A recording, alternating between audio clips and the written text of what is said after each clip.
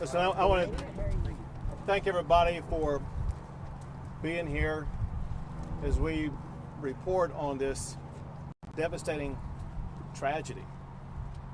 Texans across the state are saddened by the tragic loss of life and the storms that have now claimed at least 7 lives.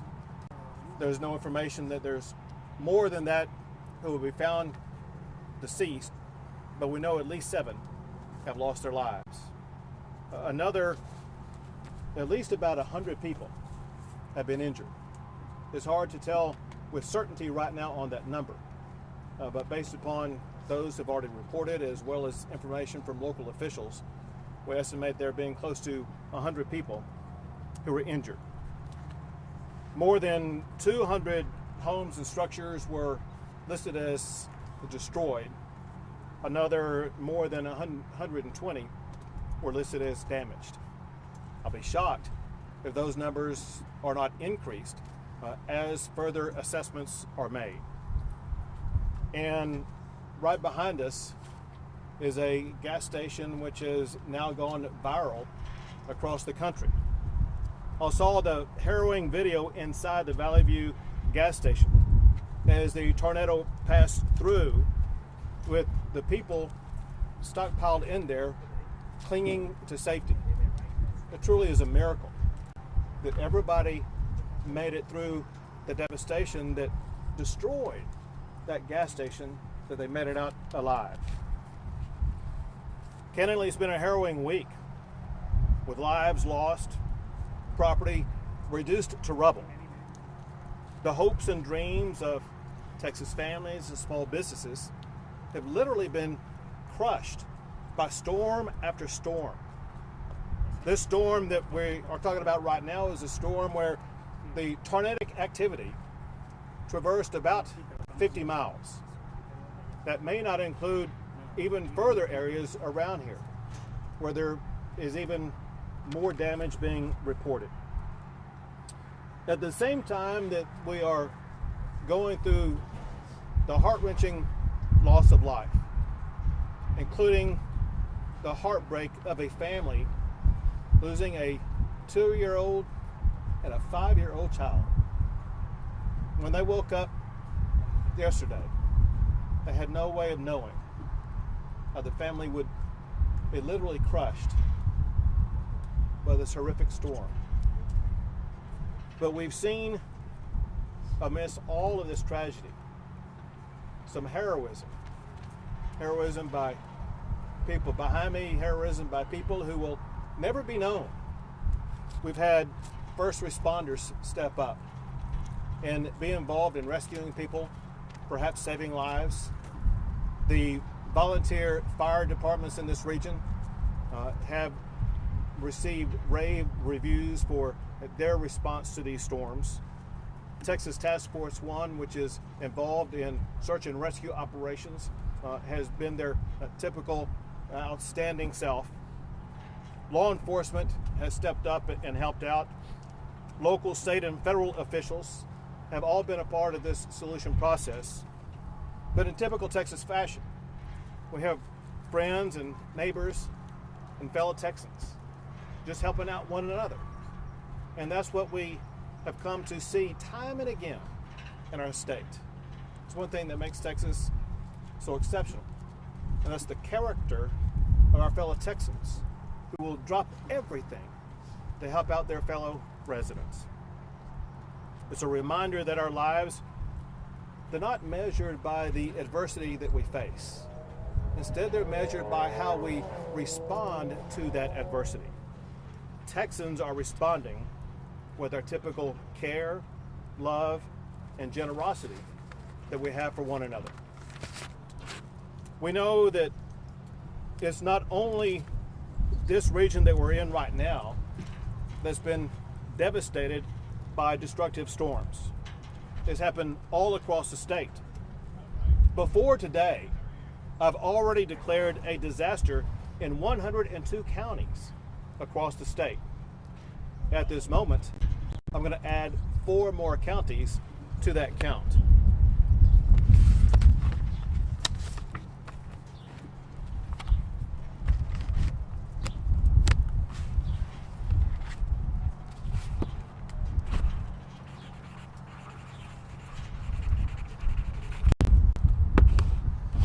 You signed a disaster declaration that adds Denton, Collin, Cooke, and Montague counties to the state disaster declaration. So there are now 106 Texas counties subject to a gubernatorial disaster declaration. That's more than a third of all Texas counties that are now subject to a disaster declaration. Earlier today, I spoke with the FEMA administrator. It's the second time in a week that I've spoken with her. She has pledged support to work with the state, local communities, and our residents as we go through the process of healing and recovery. I also want to thank Tony Robinson. Tony, where are you? Right here. Tony Robinson is the regional administrator for FEMA. Tony is from and lives in Denton County. We're proud to have you from Denton County, Tony, and thank you for everything that you've done. The Texas Division of Emergency Management has provided a rapid response to all of these locations around the entire state of Texas that have been affected by these storms. They've been saving and protecting lives and property. They've been assisting local governments with all of their local needs and assisting local residents with their very profound challenges. The Texas Department of Transportation has been working nonstop since this storm hit, working to clear lanes, remove debris, and provide temporary traffic signals where needed. The Texas Department of Public Safety, of course, is always involved in a response like this, ensuring that they're able to maintain safety and security on our streets and in our neighborhoods. The Texas Military Department, the Texas National Guard, they're involved in helping our local communities respond in various different ways. And the Texas Forest Service has stepped up and are helping out to clear trees as well as other debris to make sure that the debris removal process will be able to accelerate. I also want to thank some elected officials who are with us here today, including Congressman Michael Burgess, State Representatives Spiller and Stuckey, Cooke County Judge Roan, Cooke County Sheriff Sappington, Texas Division of Emergency Management Assistant Chief Kevin Starbuck.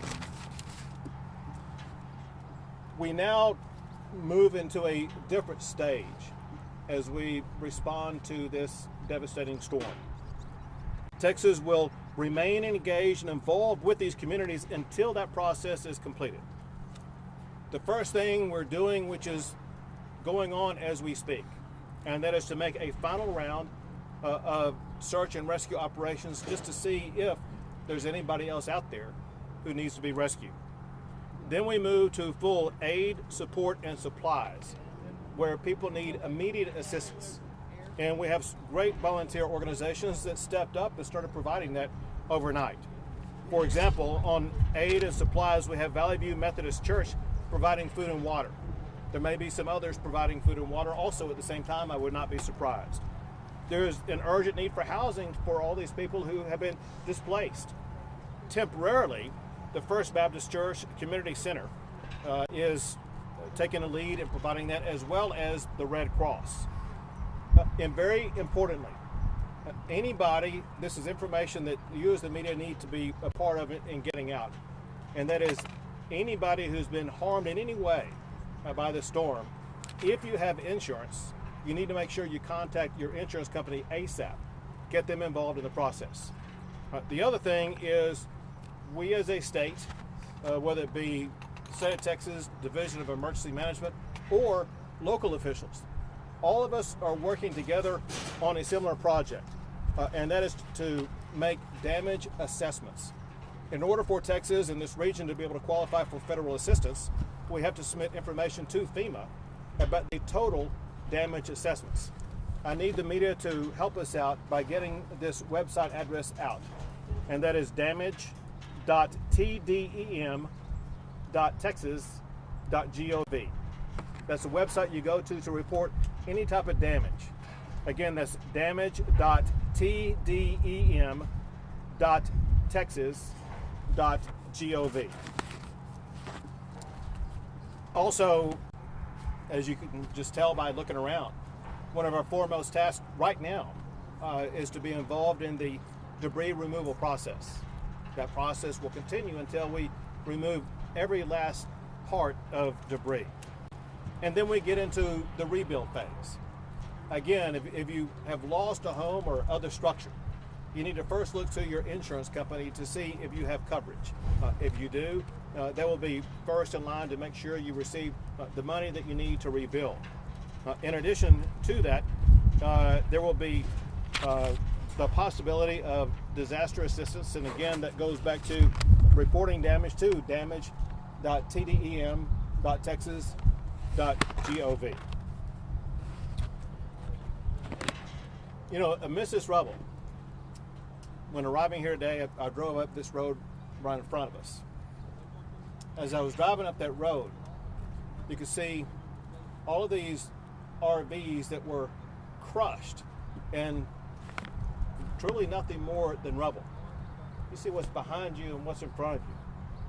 Nothing but debris. But also there's one thing that remains flapping in the wind. And that's the flag of the United States of America. I'm proud of America and our state for coming together at times like these. And my urge to everybody across our state, take a moment in time tonight to say a prayer for everybody who is in harm's way.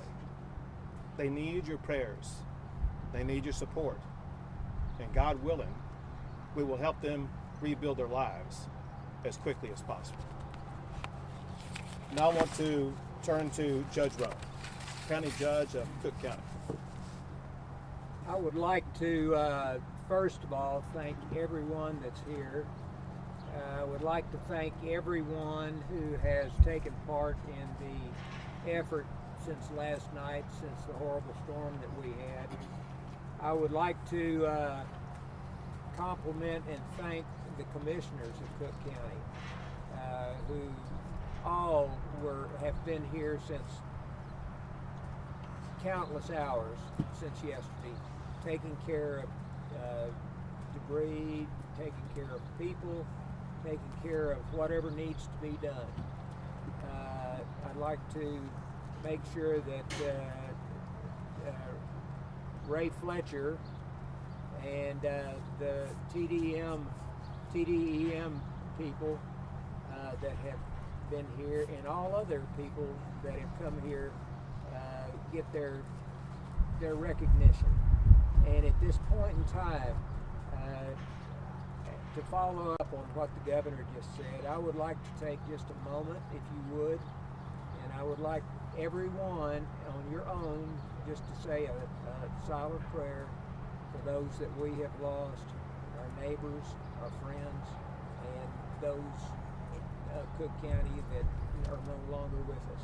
And if you would, please, just a silent prayer, and I'll finish up in just a second.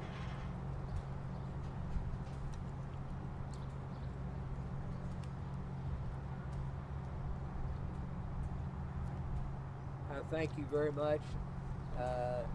Mine was much like the one I said last night when I was sitting on my house in Lee Street, watching the tornado on the radar head right straight for us. And that prayer, I think, is the only thing that saved it from collapsing us, just like you see here today. I thank you very much, and thank everybody that's taken part in this, and the press, and everybody else. Thank you. Thank you, Judge. And now Ray Fletcher, the Cooke County Emergency Management Coordinator. Thank you, Governor. Well, we appreciate everybody being here today, and of course remembering those we've lost. But you know, the effort it takes to respond to an event like this and have a unified command where everybody shows up to help. No egos showed up. Everybody knew they had a job to do, and they were going to do whatever it took to help out and save as many people as we could and make this environment safe. So great opportunity for everyone to work together, and they did a great job doing that. Our job continues, as you said. We'll continue with the secondary assessment now, and then tomorrow we'll start getting on the debris management issues and coordinating with all of the folks that did lose their house to try to help them find a meaningful way to gain housing again. It's no small feat, and it's going to take the entire community as well as our volunteer organizations the Red Cross especially, to do that. We also have a very strong agency, we call it our VOAD, or Volunteer Agencies Active in Disaster, and that's going to be a big help for us. They help mix or match the needs with the resources that are provided. And so if anybody would like to make a cash donation to help out these people who have been significantly impacted by this, you can contact the First United Bank in Gainesville and tell them you want to contribute to the VOAD Disaster Fund, and your funds will be used to specifically assist with this event. And again, just thank you all for being here. Thank all of our responders and commissioners. Again, it takes a team and it takes a region that is willing to come together and help each other out in this time. Thank you very much, Ray. And now Kevin Starbuck, the Assistant Chief of the Texas Division of Emergency Management. Okay. Good afternoon, and I'd like to start off with just the importance of preparedness. Here in the state of Texas, we have a very dynamic spring season. We've seen it across the entire state with impacts down in the Houston area, Southeast Texas, and certainly Central Texas, and now even last night with the devastation here in North Texas. I can't stress enough how important it is for citizens to be prepared, to take some time to create a family disaster plan, to build a disaster supply kit, to have supplies for the first 72 hours, to be self-sustaining and to be ready for that. And then lastly, to stay weather aware, to stay informed of the hazards in our community. We had great partnerships with our National Weather Service and with others, so we're putting out warning well in advance. We were communicating with all of our local partners and state partners the threat that existed yesterday. And unfortunately, Mother Nature worked against us, but we were up to the challenge and responded. And our thoughts and prayers go to every one of those families that were impacted and lost loved ones or had loved ones that were injured. We continue to work together, and we will work with Cooke County and all the counties that were impacted last night to continue to rebuild and assist them in any way we can from the state side, and certainly coordinating with our federal partners. Lastly, as the governor has already alluded to, it's so important for us to have a total size up of the damage that exists when we have these major storms. So going to our website at damage.tdem.texas.gov is so important for us to get that information reported so that we can work with our local officials, with our state and federal counterparts to ensure that we maximize the assistance that is available to those that have been impacted. I appreciate it very much, Governor. Thank you. Thank you all, and thanks to everybody working around the clock to help these communities rebuild. Are there any questions we can try to help you answer? Kevin, can you talk a little bit about the advanced warning that was given to residents of Valley View? Were the sirens activated, and how much time did they have to get to a safe place? I'm going to defer to our local county officials, because warning is a authority of our local jurisdictions. And while we certainly work with our National Weather Service partners and from a state perspective to communicate general information on the threat of weather across the area, local officials are tasked with warning systems and how they communicate warning. That particular cell, I believe, originated in Montague County well before 10 o'clock, probably around 9:30, 9:40, and as it came across the southern end, bottom edge of Montague County toward Forestburg, it had a tornado warning on it that extended into Cooke County. So Cooke County residents got a tornado warning probably 20 to 25 minutes before that storm hit the county line. Once it did come into the county, another warning was issued to specifically draw that tornado into Cooke County, and provide that more warning. My understanding is the impact in the county was somewhere between 10:20 and 10:40 in last night. Mr. President, can you talk a little bit about the situation that happened behind you? I think there's some conflicting reports on how many people were actually inside, what happened. Obviously, we see the devastation. So how many people actually were in the bathroom, for example? I don't know how many. I don't know how many was in any particular location. My understanding is, as you know, driving up here, there's not a lot of structure around here to take refuge in, and so people on the interstate primarily sought refuge in this place, this AP Travel Center truck stop. And my understanding is there were approximately 125 people inside there when the tornado did hit, and that were then gotten rescued or taken out of there. Most of the vehicles, as you can see, are damaged and in a very unsafe environment right now. So until we can get in here and get this cleaned up better, and we'll try to do as fast as we can to get them back there. Is anybody killed at this location? No. No, not at this Go ahead. Governor Justin Michaels with the Weather Channel. Is there an active search ongoing right now for people who have been reported missing? So as of right now, I am told there's no one reported missing. That said, we are making one last round of searches to make sure there is no one missing. Governor, of the 106 counties that have been declared as disaster areas, is that for this year as a whole? And if so, is that unusual to have that many counties declared as a disaster? So that's for this season. Yeah, there were some other things earlier, like as an example, you remember the fires that took place in the Panhandle and things like that. Doesn't count that. It's talking about because of their tornadoes and floods that Texas has seen over the past couple of weeks. What sort of monetary damage does that make in the state? I'm going to break this down into two areas. Have him answer one, then I'll answer the other one. Because you ask a question more important than you may know. In order for Texas to qualify for FEMA support, we have to reach a certain amount of damages. Why don't you explain how much it is and the type of damage that it is? Yes. Then I'll answer the bigger question. So there are two major categories of disaster assistance that we work with our federal counterparts. The first one is what we call individual assistance, and as that alludes to, that's direct assistance to homeowners that have been impacted. Typically, that requires 800 homes, major or destroyed, that are underinsured or don't have insurance. So we have been working very closely with our federal counterparts. That is a rough number. It gives and takes a little bit, but the state of Texas has exceeded that threshold, and now we are working with our federal partners on identifying county by county pockets of damage that would qualify that county for that disaster assistance. And that opens up a lot of individual assistance directly to homeowners and individuals that have been impacted by the disaster. The second piece of it is our major disaster declaration for public assistance that is designed to rebuild public infrastructure that has been damaged or destroyed in a disaster. Very similarly, the state has a threshold that is based on a per capita basis, but our threshold is in excess of about $54.5 million. With this current round of disasters that began back on April 26th, the state of Texas has exceeded that threshold with the damage that occurred down in the Houston and Southeast Texas area. We now continue to look county by county for areas where we have pockets of public infrastructure that has been damaged or destroyed, and work with our federal counterparts to exceed their county threshold to then make them eligible for grant dollars from the federal government to start to rebuild that infrastructure and bring those communities back. We feel that the 4 counties that were added to the declaration today, every one of them we feel will exceed that individual assistance declaration and will be added to the federal declaration for individual assistance. Public assistance will continue to navigate that and look at the damages to public infrastructure, but as we see here in Cooke County, the vast majority of that damage is to private property and individual homes.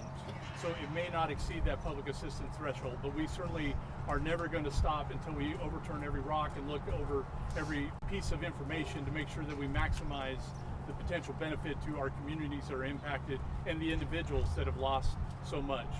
Ray also mentioned, and I think very importantly, the importance of our volunteer organizations active in disaster in providing assistance to those that are impacted.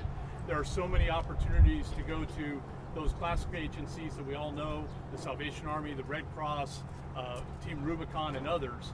But as Ray alluded, there is a local fund that will help individuals directly here in Cooke County. And we will see likely very similar funds that will be opened up in every county that has been impacted by last night's storms and other storms that have occurred prior to this. Do you know how many people in the 4 counties have had power knocked out and what the timeline looks like to restore that? So it's my understanding, as we get here today, there's about 38,000 people still without power right now. Encore is the major power provider to most of those folks, and they're working around the clock as we speak right now to try to get them back online. There's one local power company, Pentex, where you said it may be a couple of days or something like that. They're hoping to have the last of it done tomorrow evening. I'm sorry, last of it will be done tomorrow evening for Pentex. I think there's some wire lines that need to be put up. Governor, has the National Weather Service assessed the strength of the tornado yet?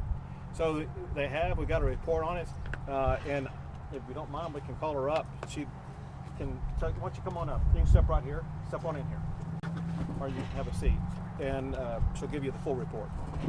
So the question was about the assessment with the rating of this tornado so far. I do want to say, first of all, our prayers go out to all of those who were affected. It's unfortunate that an event and a tragedy like this is bringing us here together today. And as he said, the recovery efforts and the community coming together is going to be a big aspect of it. There is a lot of cleanup that has to be done. We still are not quite exactly sure how many tornadoes there have been. It's a puzzle piece we're going to have to put together as this circulation persisted and reformed a couple of times. Here in the Valley View area where we are right now is one of our highest rated areas. Right now we are rating it at a higher end EF2 with near 135 mile/hour winds. So we still have work to do over the next 1 to 3 days to assess how many tornadoes and find additional ratings. I don't have the ones in front of me for Montague, other parts of Denton, and we have a team in Collin County right now. Maybe have to extend into Hunt County at some point too, but that's where we stand right now. You said 135? 135 preliminary maximum estimated winds here, yes. Maximum gusts or sustained? That'd be gusts. Or associated with the tornado. Okay. Governor, as Go you ahead. manage this catastrophe, your team here does more than 100 counties in Texas dealing with emergency declarations that you have signed. We're coming 6 days and 6 hours until hurricane season starts, and you're still managing all of these catastrophes. How is Texas doing as you go into yet another type of severe weather season, and every indication is this could be an active one? Texas, time and again, proved very resilient. And time and again, especially the folks on the Gulf Coast that have been through Hurricane Harvey and so many other tragedies like that, they come together, they rebuild very rapidly. They're very resilient. We're seeing the same thing here in Cooke County. And so we will piece our lives back together, get back to business, rebuild families. There's only one thing that cannot be rebuilt, and that's the loss of life. That's why we always stress to everybody, whatever you do in any type of storm, put life first. Protect life at whatever cost you can, because life is irreplaceable. Governor, you mentioned the number of homes destroyed and damaged. Do you have a number for businesses that are destroyed or damaged as well? I do not. It's not a very high number at this time. Most of it was residential and rural properties. Okay. Can you repeat the number of fatalities in Cooke County? Sure. Unfortunately, there are 7 people who lost their lives. What are the ages of those 7? Do we know? I know about the 2 and 5-year-old. 2 to 72. 2 to 72. Are we expecting any more? We're not. Thank y'all very much. And this is yours to keep. Sure. All right. Figured it was something like that. I appreciate it. Right.